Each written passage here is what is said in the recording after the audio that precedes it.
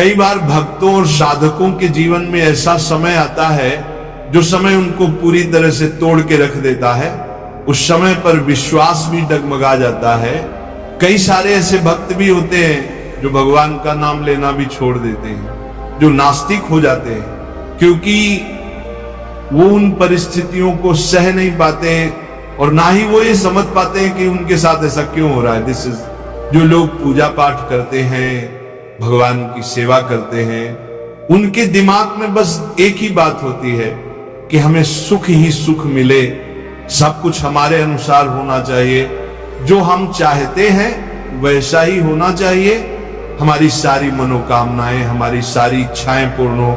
पर सवाल यह है, अगर सुख आप भोगते हैं तो आपके हिस्से का दुख कौन भागेगा? दोस्तों, आज की वीडियो बहुत ही महत्वपूर्ण जानकारी दे रही है कि जब जो परीक्षा हमारे लिए जाती है, जब जब आपके जीवन में दुख आता है तो आपके साथ कुछ घटनाएं अवश्य होती हैं। आपको उस समय खुद को किस तरह से मजबूत रखना है, सब कुछ इस वीडियो में आज बताया जाएगा।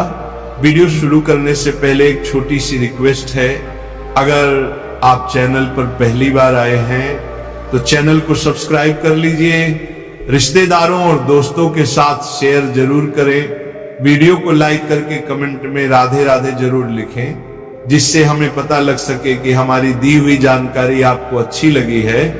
दोस्तों, सुख भोगने का असली मजा तभी आता है जब आपने जीवन में दुख भोग रखा हो, क्योंकि अगर आपको किसी लाइन को छोटा करना है तो उसके लिए सिर्फ उसके बगल में एक बड़ी लाइन खींच दो, जिससे जो पहली वाली लाइन है वो छोटी हो जाएगी। सरकार, जब आपके जीवन में दुख आता है, परेशानी आती है, तभी आपको पता चलता है कि सुख की असली वैल्यू क्या है। एक भूखे को ही अन्न का पता होता है कि अन्न कितना जरूरी है, कितना महत्वपूर्ण है। जिनके तन पर कपड़े नहीं होते वही कपड़ों की वैल्यू जानते हैं। जिसके पास घर नहीं है वही घर की कीमत समझता है। इसलिए जब दुख आपके जीवन में आता है तभी आपको सुख की असली वैल्यू और उसका अनुभव अच्छे से समझ आता है।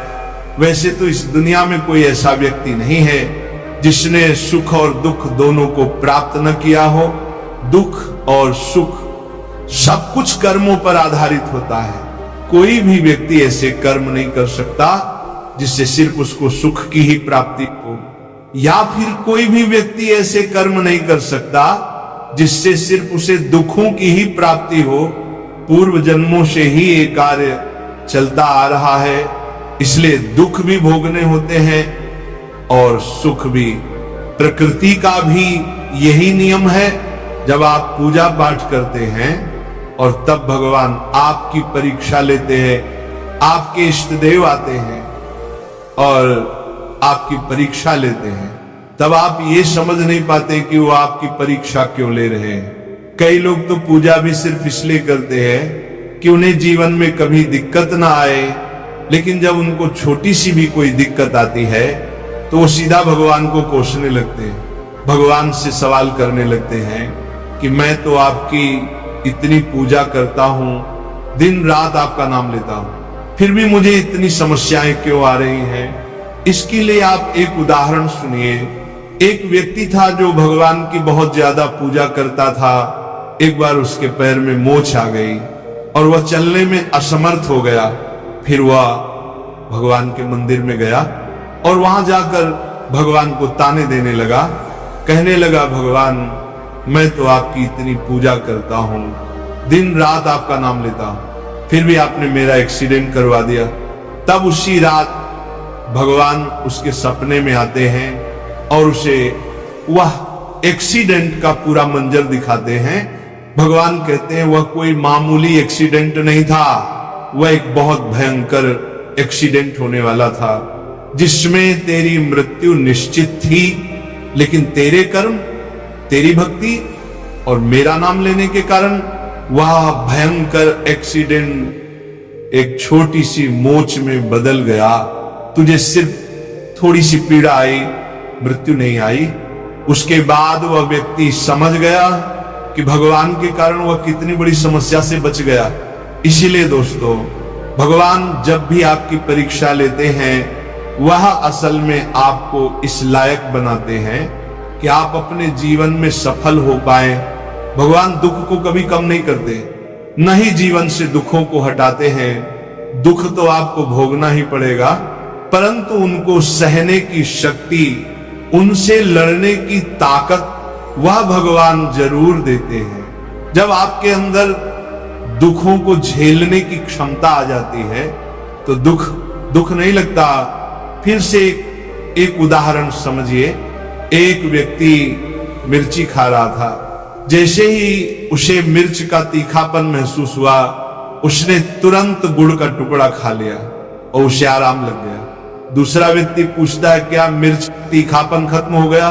वह कहता है, नहीं, मिर्च तो उतनी ही है, लेकिन गुड़ ने मिर्च के तीखेपन को झेलने की शक्ति दे दी, जिससे अब वो तीखा नहीं लगता।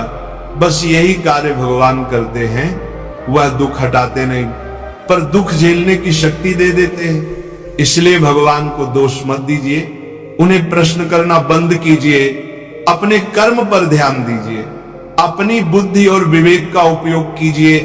अब हम ये समझते हैं कि भगवान जब आपकी परीक्षा लेते हैं तो कैसे लेते हैं और उनके क्या संकेत होते हैं। जब भगवान आपकी परीक्षा लेते हैं तो कई बार ऐसा होगा कि आप खाना खा रहे होंगे और दरवाजे पर कोई भूखा व्यक्ति आ जाएगा, या कोई जानवर जैसे कुत्ता या गाय, अगर आप उस समय अपनी थाली में से ही उसे रोटी दे देते हैं तो भगवान प्रसन्न हो जाते हैं। कई लोग घर से अलग रोटी ला कर देते हैं, परंतु असली पुण्य तब होता है जब आप अपनी थाली से ही देते हैं, क्योंकि माना जाता है कि आपने अपने मुंह का निवाला दान किया, ये बहुत बड़ा दान है।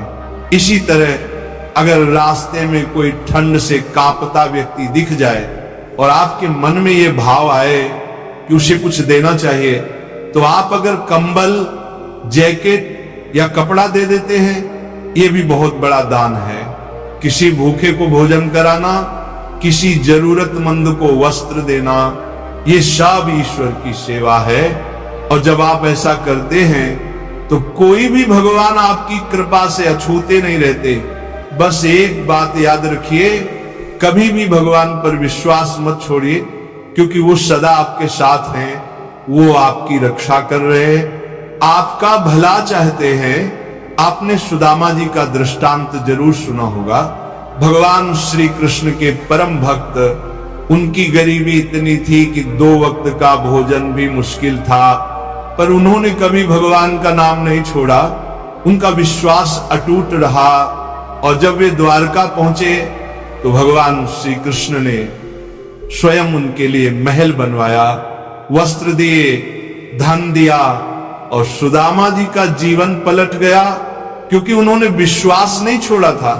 इसी प्रकार तुलसीदास जी के जीवन में भी दुख आया, शारीरिक पीड़ा हुई, घाव हुए, रोग ने उन्हें जकड़ लिया। उन्होंने हनुमान जी से विनती की, पर जब हनुमान जी तुरंत नहीं आए तो भी उन्होंने विश्वास नहीं तोड़ा। फिर हनुमान जी की कृपा से उन्होंने हनुमान साटिका की रचना की, जो आज भी रोगों से मुक्ति दिलाने वाली मानी जाती है। इसलिए प्यारे भक्तों, अगर आप भी भगवान पर अटूट विश्वास रखेंगे तो आपका भी बेड़ा पार होगा। भगवान आपके भौतिक जीवन को भी सुखमय बनाएंगे और आध्यात्मिक जीवन को भी मंगलमय कर देंगे।